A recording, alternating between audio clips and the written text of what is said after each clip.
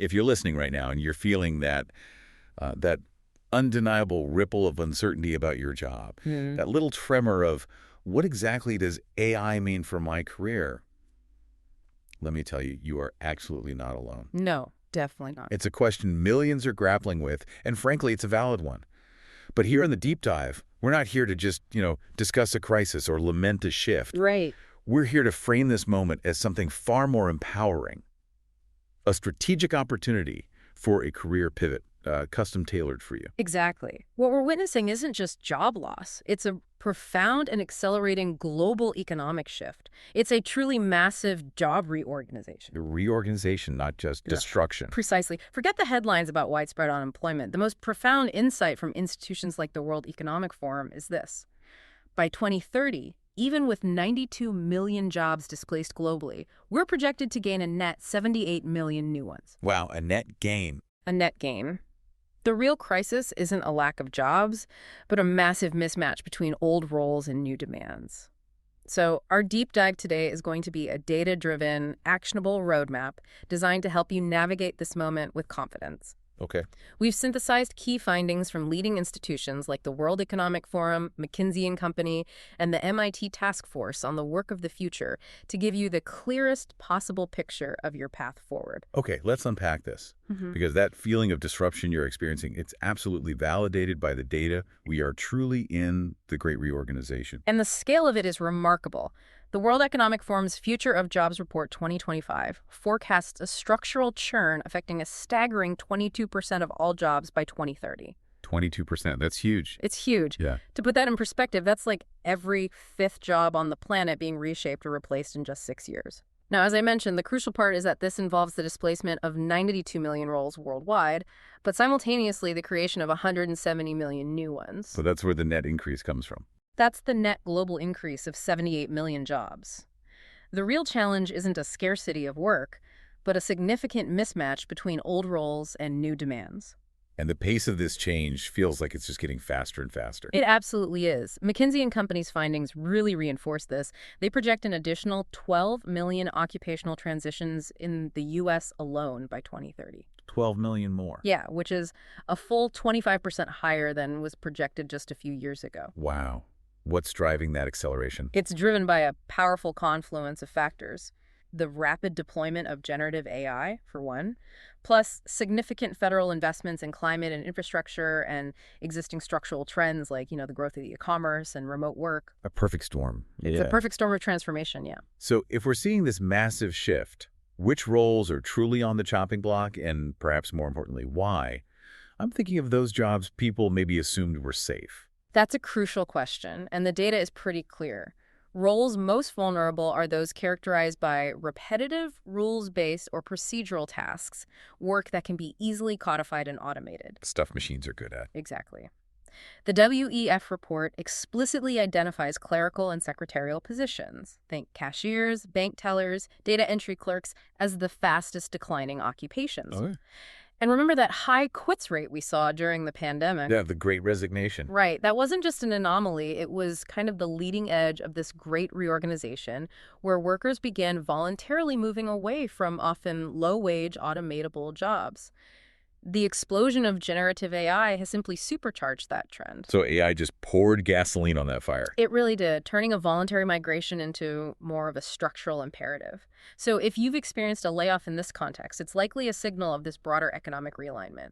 It means you need a strategic pivot rather than just trying to find a similar role in a field that's shrinking. This sounds like a fundamental shift, what some are calling the bifurcation of the labor market. What does that actually look like for someone's career? How does that play out? Think of it like this. As AI takes over those middle ground repetitive tasks, job opportunities aren't just shifting, they're essentially pulling apart, concentrating at two very distinct poles. Poles, okay. Yeah, it's a critical concept to get your head around. The data from MIT, McKinsey, the WEF, it all clearly shows this. On one side, you have AI-resistant careers. These are roles leveraging uniquely human skills, deep empathy, complex critical thinking, nuanced strategic judgment, original creativity. Yeah, human stuff. The human stuff, and also the physical dexterity required to navigate unpredictable real-world environments. Okay, so that's one pole. What's the other? On the other side, we see explosive growth in what we call AI-complementary careers. These roles demand the technical and strategic skills to build, manage, deploy, and actually collaborate with AI systems. So working alongside the AI. Exactly. These professionals are the architects and operators of the new automated world, translating technological potential into real-world business value. The core message for you, our listener, is that job security isn't tied to a specific company anymore, or even a traditionally stable industry. Right. That old idea is gone. It really is. Yeah. The new definition of career resilience lies in possessing a portfolio of skills that fall squarely into either the AI-resistant or AI-complementary category. And it's not just tech, by the way. This disruption is truly across all sectors: finance, law, healthcare, you name it. So we've painted a picture of this great reorganization. But where does that leave you? Let's turn our attention to the solutions, starting with what I find truly fascinating, the AI-resistant path, careers that lean into those undeniably human qualities AI simply can't replicate. Absolutely. We're talking about the human touch sectors. Think healthcare, wellness, and education. These are experiencing robust growth precisely because their value proposition is rooted in human connection. Makes sense. Just look at healthcare and wellness. The U.S. sector alone is projected to add around 2 million new jobs between 2021 and 2031. 2 million. That's like adding the entire population to Houston. It is, just to the healthcare workforce. And within that, roles like nurse practitioners are seeing incredible growth, almost 46% projected by 2032, or mental health counselors with 22.1% growth. And AI helps there, but doesn't replace. Exactly. AI is a powerful diagnostic and administrative tool in healthcare, but it cannot replicate the empathy needed for delivering a difficult diagnosis, the nuanced judgment to create a holistic treatment plan, or simply providing comfort to a patient in distress. It's really about human-AI collaboration in these fields. Okay, and what about education? Similarly, educators, instructors, trainers, they're indispensable. Right? AI can personalize learning plans or automate grading, sure. Which frees up teacher time, potentially. Right. But it cannot inspire a student, mentor a developing mind, or adapt teaching methods in real time to the complex emotional and social dynamics of a classroom. At its heart, education is fundamentally about that human connection. So it really boils down to this. The highest growth AI-resistant jobs consistently involve caring for, managing, or persuading other human beings. It's worth taking a moment maybe to consider your own aptitude for these high-touch, high-empathy fields. Definitely. Now let's pivot to something that might surprise you, the hands-on advantage. We're talking about the surprising resilience of skilled trades. Yeah, you might think of manual labor as vulnerable, but skilled trades are proving remarkably resistant. Why is that? It's due to AI's current limitations in physical dexterity, real-world problem-solving, and adaptability in unpredictable environments. So no robot plumbers showing up at your house to fix a burst pipe anytime soon. Not anytime soon. As tech pioneer Jeffrey Hinton himself noted, physical manual jobs like plumbing are currently safer from automation than many intellectual tasks. That's fascinating. It is. And we're already seeing this reflected in workforce trends. Trade school applications have reportedly risen by 30% in just 2 years. 30%. So people are recognizing this. They are. Think about it. A robot can tighten a bolt in a controlled factory setting, sure. But it cannot diagnose a hidden pipe leak, navigate a messy construction site, or calm a panicked homeowner during a power outage. Right, the unpredictable real world. Exactly. What's even more fascinating is that the expansion of AI paradoxically creates more demand for these trades. How so? Well, think about all the data centers and smart buildings housing these new technologies. They all need electricians and HVAC specialists to build and maintain their physical infrastructure. Ah, so it's a virtuous cycle. It's a virtuous cycle, yeah. So we've talked about the human touch and the hands-on advantage, but what about those jobs that require true ingenuity and strategic thinking? Exactly. That brings us to our third category, the creative and strategic edge. These are roles demanding strategic vision, cultural nuance, complex negotiation, original ideation. Like management. Yes, management and leadership roles like health services managers, human resources managers, general operations managers. They're highly resistant. They require a deep understanding of human behavior, organizational dynamics skills, difficult to just codify into algorithms. And legal. Even legal professions demand ethical reasoning and persuasive abilities that are purely human. What about marketing and design? AI is making inroads there, isn't it? It is, but despite AI's role in, say, automating ad campaigns or generating images, the demand for human marketing managers remains strong. Median salary around $159,660. That's significant. Very, because the core function here isn't just execution, it's brand strategy, interpreting subtle market shifts, creating compelling narratives that resonate with cultural trends. Even in graphic design, while generative AI assists, the human interaction to understand a client's vision and the creative spark to deliver something original that maintains the role's value. It's important to add a crucial nuance here, though. AI-resistant does not mean tech illiterate. In fact, it sounds like tech literacy is becoming a baseline for any career now. You've hit on a key point, absolutely. Your true resilience in this pathway comes from marrying those deep human-centric skills with a strong degree of tech literacy. So it's a combination. It's the combination. A modern health services manager needs to understand digital ecosystems. A marketing manager must be fluent in data analytics tools, even if they don't build the models themselves.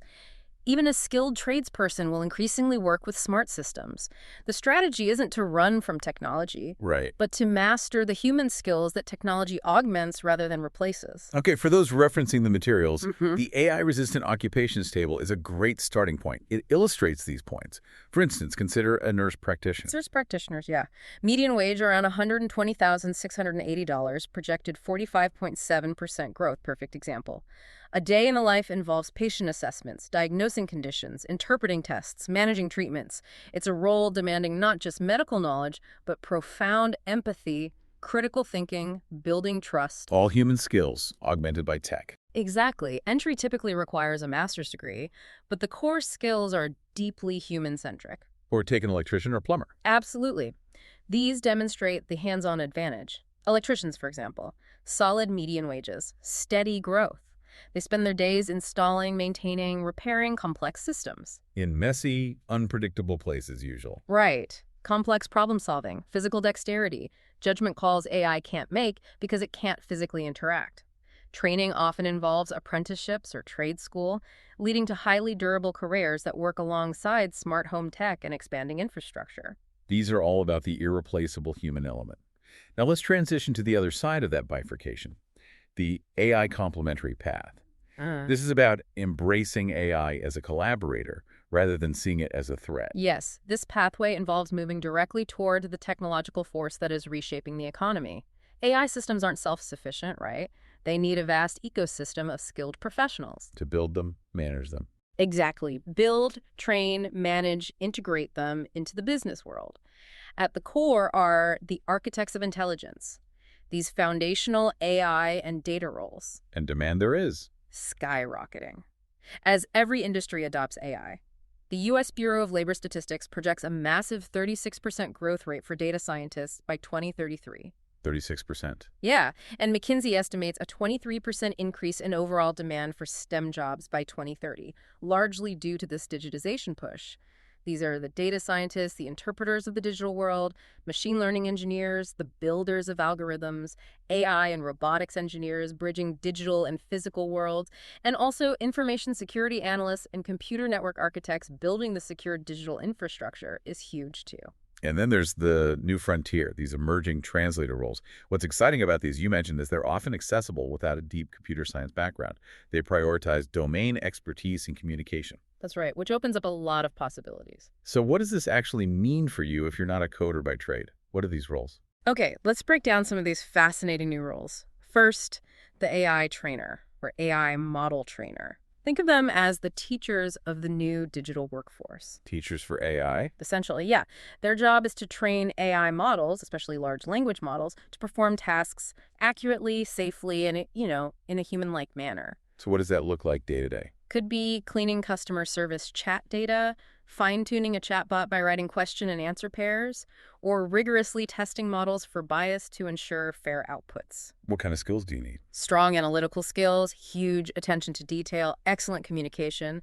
Technically, a degree in data analytics or proficiency in tools like Tableau, maybe some basic Python or SQL, can get you in. And salary-wise? It varies. Glassdoor reports a median of around $95,000, ZipRecruiter around $65,000. So decent potential. Then there's the prompt engineer. This is a specialist in communication. But with AI, not people. Exactly. They design and optimize the specific instructions or prompts given to generative AI models to get the best possible outputs, accurate, creative, whatever's needed. It's really a unique blend of art and science. Give me an example. Imagine developing prompts for a marketing team to generate ad copy, then iteratively refining them, A/B testing them until you get perfect on-brand results. Skills for that. Sounds like writing is key. Exceptional writing and communication, yes. Plus, a conceptual understanding of how large language models work. Basic Python for interacting with AI APIs is valuable too. And this is a hot field, right? Very hot, often highly lucrative. Glassdoor reports a national average base salary of $136,141. Some top-tier talent earning well over $250,000. Wow. Okay, what else? Another crucial emerging role is the AI ethicist or AI auditor. These professionals are essentially the conscience of the AI development process. Conscience. They Okay. ensure systems are designed responsibly, fairly aligned with human values. They identify and mitigate risks like algorithmic bias or data privacy violations. What would they do all day? Maybe reviewing training data for a hiring algorithm to check for potential biases, or drafting ethical guidelines for engineering teams. Staying current on regulations is huge, too. Sounds like a mix of skills needed. Highly interdisciplinary. You need some technical AML knowledge, but also ethics, philosophy, law, public policy, strong analytical and critical thinking, great communication. And the pay. Average for an AI auditor on ZipRecruiter is around $73,000, but AI ethicists can earn significantly more, often $120,000 to $150,000, sometimes higher. Finally, we have the AI implementation specialist or AI consultant. These are the critical bridges between AI tech and real-world business value. The translators, in a way. Exactly. They understand organizational challenges, identify AI opportunities, manage the integration. There is a human-AI interaction specialist. Day to day. Could be analyzing a client's business for bottlenecks, researching the best AI platforms to solve them, then training employees on how to use new AI tools effectively. What's the skill set there? Business heavy. Strong business acumen, definitely. Project management, stellar stakeholder communication. A deep technical background isn't always essential, but a conceptual understanding of AI and, crucially, industry experience are major assets. Salary range. Implementation specialists, generally $80K, $90K. A specialized AI implementation specialist on ZipRecruiter averages around $71K. AI consultants, though, often exceed $130,000. Looking at the emerging AI-Complementary roles table, it really underscores that point you made earlier. The highest value seems to be right at that intersection of technical and human-centric skills. That's absolutely key. A great prompt engineer isn't just a writer. They're a writer who understands how LLM architecture impacts output. A great AI ethicist isn't just a philosopher. They understand how algorithms can inadvertently create bias. So the strategy for listeners. A smartest move for you is often to pinpoint your strongest human skill, what you're naturally great at, and then layer a specific in-demand technical skill right on top of it. Okay, so how do you actually acquire these new skills? That's the key to pivoting successfully, isn't it? It all starts, you said, with a personal skills audit. Yes, the audit is your compass. It tells you where you are and where you need to go. First step, identify your transferable skills. The skills you can take with you. Exactly. Look at your past work. Pinpoint skills valuable across industries, project management, client relationships, leadership, communication, and quantify them whenever possible. Don't just say leadership. Right, give concrete examples. Say, managed a project budget of $500,000, delivering on time and 10% under budget. That means something. Second step. Define your target role's requirements. Based on the pathways we discussed. Right. List the essential hard and soft skills for your top 1-2 target careers. Use real job descriptions as your guide. They tell you exactly what employers want. Okay, got my skills, got the target skills. Then what? Then you analyze the gap. Compare your list with the target requirements. This reveals your specific knowledge gaps. Like, maybe a marketing manager pivoting to AI product management realizes they need to understand ML pipelines. Or an admin assistant aiming for data analyst roles sees they need SQL and Tableau. This gap analysis forms the basis of your upskilling plan. It tells you exactly what you need to learn. Okay, gap identified. Now you need a directory of upskilling and reskilling resources, starting with the most accessible options. Right. For free and low-cost online training, which is an ideal starting point, you have loads of options. Coursera is huge, vast catalog. courses from top universities, companies. Many courses can be audited for free, and they offer financial aid for certificates. Great for Python, data science, leadership skills. What else? Google Career Certificates, also on Coursera, are fantastic for beginners. They take maybe 3-6 months in fields like data analytics, IT support, project management, UX design, cybersecurity. Plus, they connect you to over 150 U.S. companies that recognize the certs. That's valuable. Very. Then there's edX, founded by Harvard and MIT. University-level courses, many auditable for free. And check out Verizon's Skill Forward program. It gives free year-long access to a curated selection of edX courses. Also, freecodecamp.org, nonprofit, totally free, self-paced for web dev, Python, data analytics. And Allison, with over 5,500 free online courses offering certificates or diplomas. Lots of entry points. So lots of ways to start learning online. What about more formal credentials? Certifications. Yes. Once you've identified a clear path, professional certifications are powerful credentials. They validate your new skills to employers. Examples. For IT and cybersecurity, you've got CompTIA certs like A+On, Network +On, Security Plus, great for foundational IT, Cisco CCNA if you want to specialize in networking, IVICA certs like CISM, CISA for management and auditing roles. And for AI and data science. Prestigious university professional certificates from places like MIT, Stanford, Harvard carry significant weight for deep dives. Also, platform-specific certs from IBM or Google Cloud. For business and management, think PMP for project management, PHR for HR, CBAP for business analysis. What about boot camps or university programs? Absolutely. For structured, intensive learning, university continuing education programs and boot camps are great options. Places like UCLA Extension, UNLV, Texas State University, Michigan Technological University offer these. They often come with career services, portfolio projects, valuable networking. Of course, a significant concern for anyone looking to retrain is, well, how do you pay for it? That's a major consideration, absolutely. And thankfully, there's a robust directory of financial support available across the U.S. Like government programs. Yes, for federal and state government programs, the Workforce Innovation and Opportunity Act, or WIOA, is primary. It funds training in high-demand occupations specifically for dislocated workers, which very much includes people impacted by AI layoffs or shifts. How do you access that? The critical first step here is to contact your local American Job Center. They provide free counseling and eligibility assessments for WIOA funds. That's step one. Okay, American Job Center. What else? There's also the Trade Adjustment Assistance, TAA, for specific trade-related job losses. And CareerOneStop.org is a great central hub for exploring various federal programs. What about grants or scholarships? Money you don't have to pay back. Yes. The federal Pell Grant is incredibly important here. These are need-based grants from the federal government that do not need to be repaid. And they can be used for certificates, not just degrees. Crucially, yes. They can be used for eligible undergraduate degree and certificate programs at accredited institutions. The max award is around $7,400 for 2024-25. How do you apply? The free application for federal student aid, or FAFSA, is the universal application.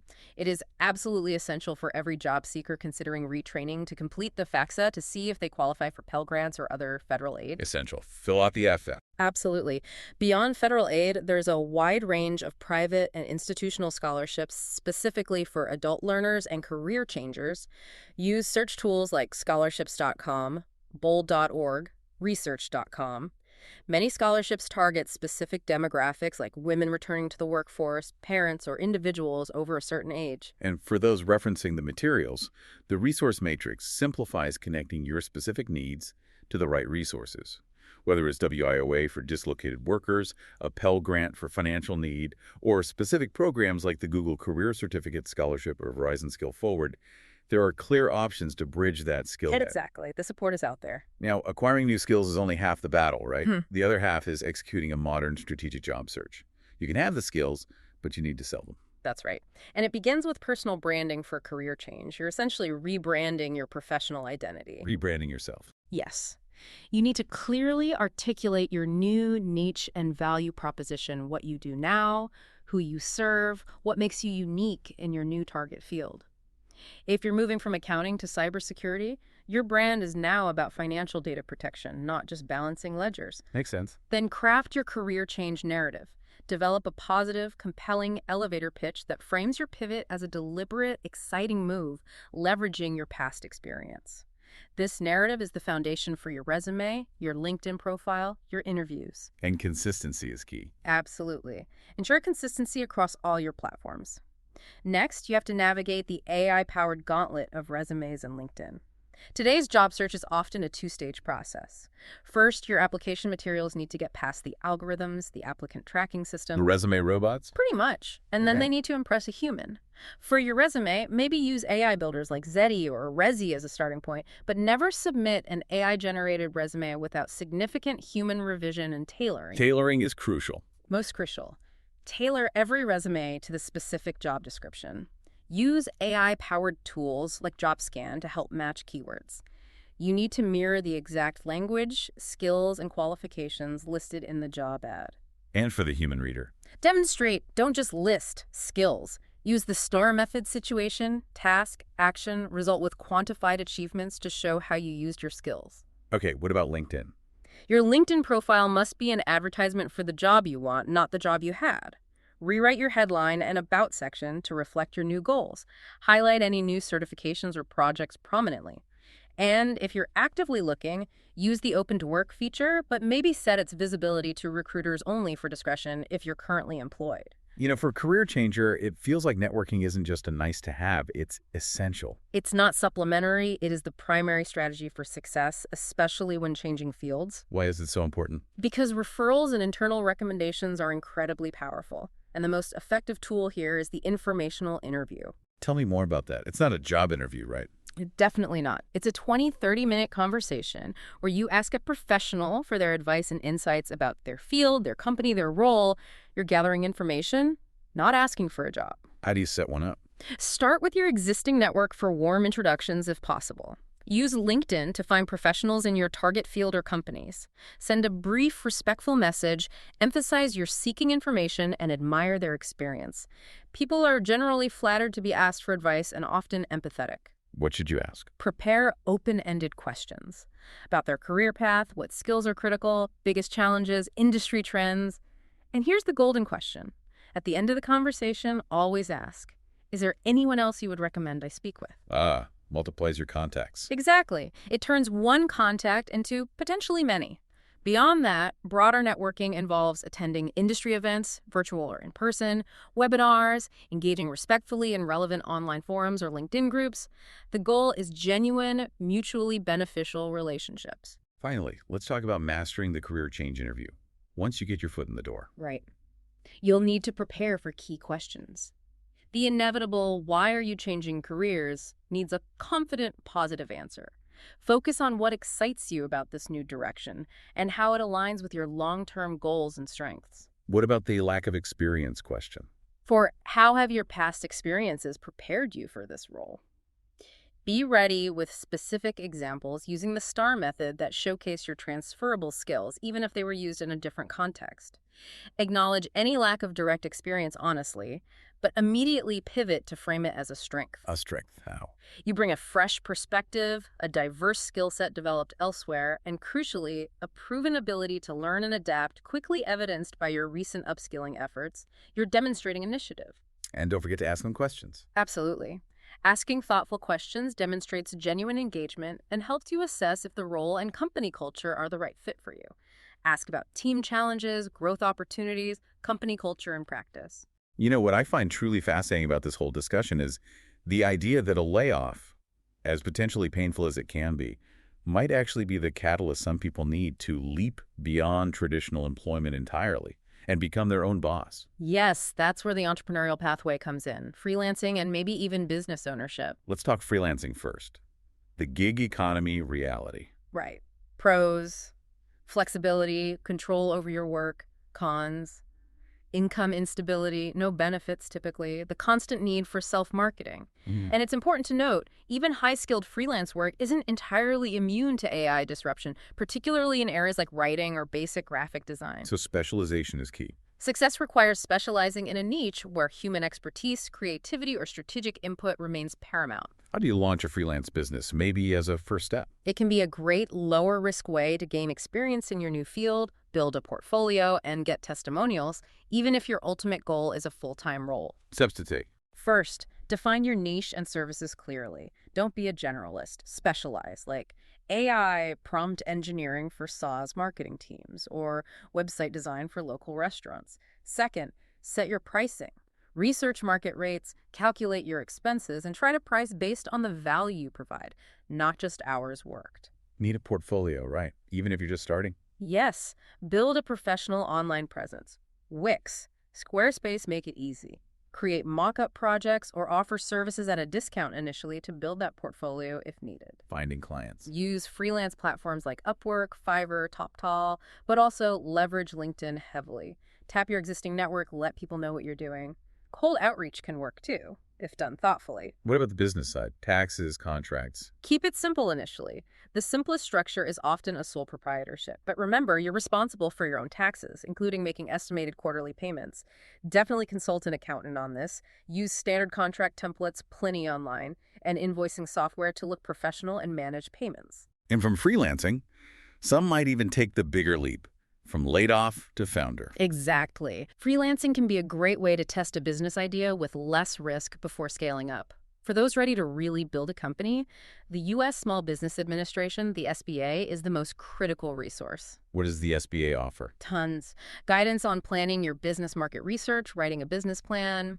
Help with funding, crucially. They don't typically provide grants for starting a business, but they do guarantee loans from partner lenders, which makes getting funding much easier.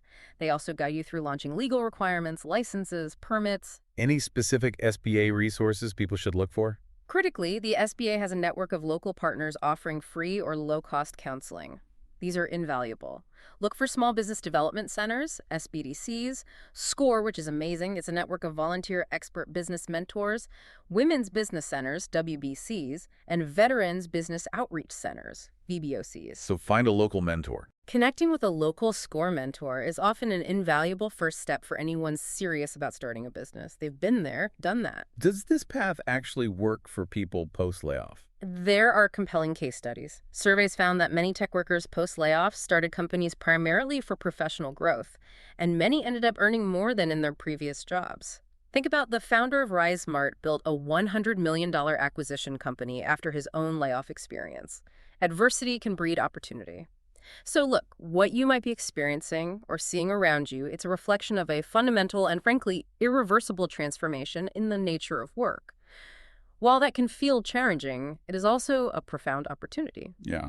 Our analysis today of labor market trends, emerging job roles, and all these workforce development resources, it really reveals a clear path forward. Career security isn't found in a job title anymore. It's in your portfolio of adaptable, in-demand skills. And we've outlined those two strategic pathways for you. The AI-resistant path, where you double down on uniquely human skills like empathy, creativity, hands-on problem solving, Right. and the AI-complementary path, where you embrace AI, learning to build, manage, and collaborate with these intelligent systems. And regardless of the path you lean towards, the underlying principle for success is the same: a commitment to continuous adaptation and lifelong learning. Companies are facing a massive skills gap. That means individuals like you, who proactively upskill and reskill, will hold a significant competitive advantage. Yeah, and as we've discussed, there are extensive resources available, from free online courses and professional certifications to government-funded training programs like WIOA and Pell Grants to help you bridge any skill gap you identify. The tools are there. Your future career will not be defined by the job you lost or the job you fear losing. It'll be defined by the strategic choices you make now. You have the knowledge, hopefully, from this deep dive, and you know the resources exist to architect a professional future that is not only secure, but also maybe more aligned with your passions and potential than ever before. Well said. The age of AI is not something to be feared. It is simply a new landscape, a landscape to be navigated with intention, with strategy, and with confidence. So the question for you to ponder is, what stands out to you as your next strategic step in this new world of work?